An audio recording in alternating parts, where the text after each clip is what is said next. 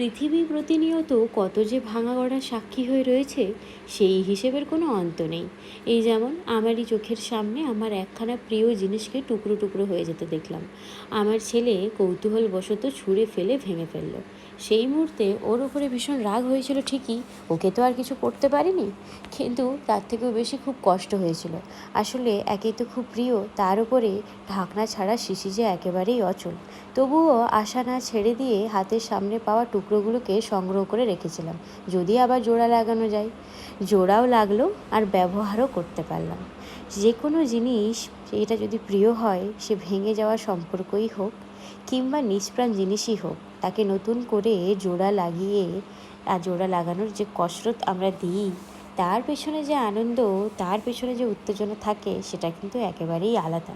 এই যেমন দেখুন, জোড়া লাগিয়ে আবার কিন্তু ব্যবহার করছি, আবারও তার পুরানো জায়গা ফিরিয়ে দিয়েছি।